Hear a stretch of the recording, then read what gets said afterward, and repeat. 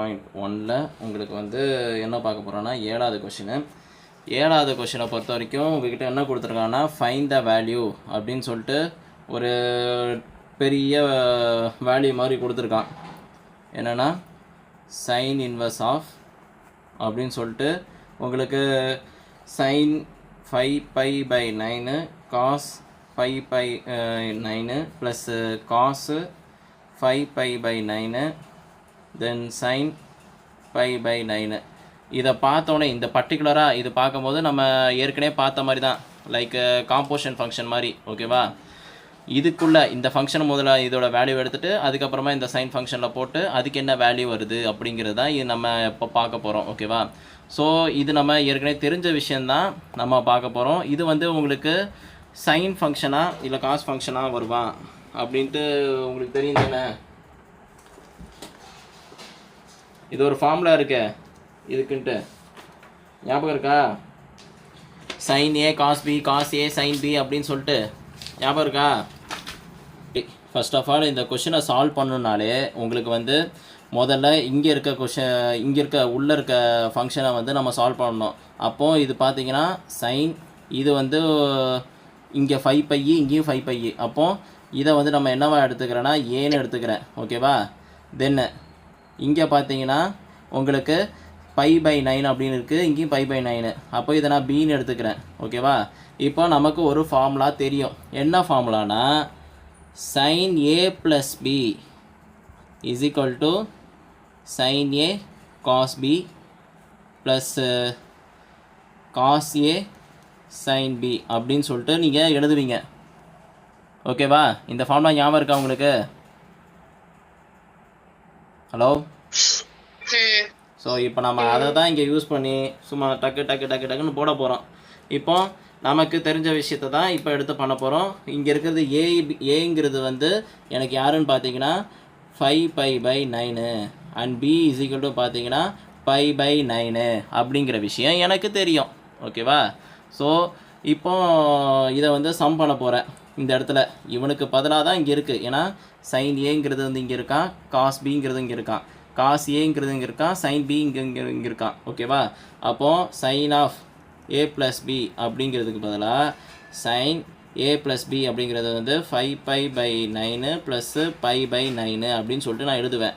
Base சேமாக இருக்கனால உங்களுக்கு சைனு /9 இங்கே வந்து 6π அப்படின்னு எழுதுவீங்க. ஓகேவா, ஸோ இப்படி எழுதிட்டு இப்போ இது வந்து கேன்சல் பண்ணால் இது 2 சாரு, இது 3 சாரு. ஓகேவா, அப்போது சைன் வந்து எப்போ 2π எடுப்பான், 2π/3a அப்படின்னு சொல்லிட்டு நம்ம பார்ப்போம். இப்போது நமக்கு 2 × 180 டிகிரி / 3னா உங்களுக்கு 120 டிகிரின்னு சொல்லிட்டு உங்களுக்கு வருவான். அப்போ இந்த சைன் ஃபங்க்ஷன் வந்து எப்போ 120 டிகிரி வருவான் அப்படிங்கிறத நம்ம பார்க்கணும். சரிதானே?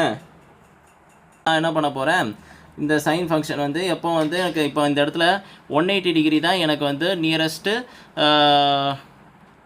ஆங்கிள். ஓகேவா, 120 டிகிரி. ஏன்னா என்னை பொறுத்த வரைக்கும் இங்கேருந்து நான் மைனஸ் பண்ணேன்னா எனக்கு வந்து ஒரு நம்ம எப்போவுமே 0 to 90 டிகிரிக்குள்ளே தான் நம்ம பார்ப்போம். அந்த வேல்யூ நம்ம எடுக்கிறதுக்கு என்னென்ன பண்ணுமோ அதை நம்ம செய்வோம். ஓகேவா, ஸோ அதுக்காக இப்போ என்ன பண்ண போகிறேன், சைன் ஆஃப் π மைனஸ், ஏன்னா பையிலேருந்து இது வந்து 80 டிகிரி, 80 டிகிரிலேருந்து இதை மைனஸ் பண்ணால் உங்களுக்கு வந்து இந்த பர்டிகுலர் ரேடியஸ் வந்து உங்களுக்கு, அதாவது பர்டிகுலர் ஆங்கிள் வந்து உங்களுக்கு தெரிஞ்சிடும். ஓகேவா, ஸோ இப்போ நம்ம என்ன பண்ண போகிறோன்னா பையிலேருந்து அதை நான் எடுக்க போகிறேன். இங்கே பார்த்தீங்கன்னா 3a, இங்கே நீங்கள் என்ன போட்டால் உங்களுக்கு வந்து 2π கிடைக்கும். 2π/3 இஸ் ஈக்குவல் டு π மைனஸ் இங்கே என்ன வேல்யூ போட்டிங்கன்னா உங்களுக்கு வந்து 2π கிடைப்பான். அப்படிங்கிறத வந்து நீங்கள் டக்குன்னு சொல்லுங்கள், நம்ம அடுத்து டக்குன்னு சொல்லலாம். பை போட்டால் உங்களுக்கு தெரிஞ்சிடும். இன்னொரு விஷயம், நமக்கு ஆல் சில்வர் டீ கப்ஸு, இதை ஆல் சில்வருங்கிறது சைனு. இப்போ நம்மளை பொறுத்த வரைக்கும் சைனுங்கில் இது வந்து செகண்ட் குவாட்ரண்ட்டில் தான் லை ஆகிருக்கு இந்த 120 டிகிரி. ஸோ அதனால் இது வந்து என்ன ஆகும்னா உங்களுக்கு வந்து இது வந்து சைன் வந்து எப்போவுமே பாசிட்டிவாக தான் இருப்பான். இங்கே நெகட்டிவாக இருக்கனால எந்த ஒரு பிரச்சனையும் ஆகாது. ஓகேவா, இன்கேஸ் அது இங்கே இருந்துச்சுன்னா உங்களுக்கு மைனஸ்ஸு இந்த பர்டிகுலர் வேல்யூன்னு சொல்லிட்டு நீங்கள் எழுதுவீங்க. ஓகேவா, அப்போது இங்கே எதுவும் பிரச்சனை ஆகாது. சைன் ஆஃப் π/3 அப்படின்னு ஸ்ட்ரெயிட்டாக எழுதிடுவீங்க. எப்போ சைன் π/3யோட வேல்யூ என்னப்பா, சைன் π/3யோட வேல்யூ என்ன? ஓகே √3/2. ஸோ அது நம்ம சும்மா உங்ககிட்ட கொஷின் கேட்கணும்னு சொல்லணும்னு நினச்சேன். மற்றபடி நம்ம இதோட நிறுத்திக்கிட்டாலே போதுமானது. ஏன்னா நம்ம கொஷினில் என்ன நம்ம இந்த சைன் இன்வெர்ஸை நம்ம யூஸே பண்ணலைங்க. சரிங்களா? ஸோ நான் அதை வந்து யூஸ் பண்ண போகிறேன். இப்போ சைன் இன்வெர்ஸ் ஆஃப் சைனு உங்களுக்கு வந்து π/3ன்னு சொல்லிட்டு உங்களுக்கு கிடச்சிருக்கு.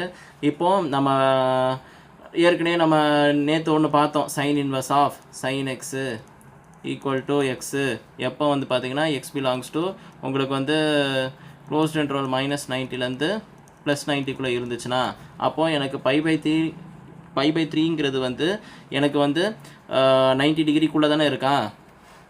ஓகேவா? ஸோ அதனால் வந்து எனக்கு x is equal to π/3a is belongs to the -90 to +90. ஓகேவா? ஓகேவாம்மா? புரிஞ்சா? தெளிவாக புரிஞ்சா? இப்போ அப்படியே எக்ஸாம்பிள்ஸ் கொஞ்சம் அப்படியே சால்வ் பண்ணிடலாம். சரியா? அது கொஞ்சம் ஈஸியானது தான் இருக்குது.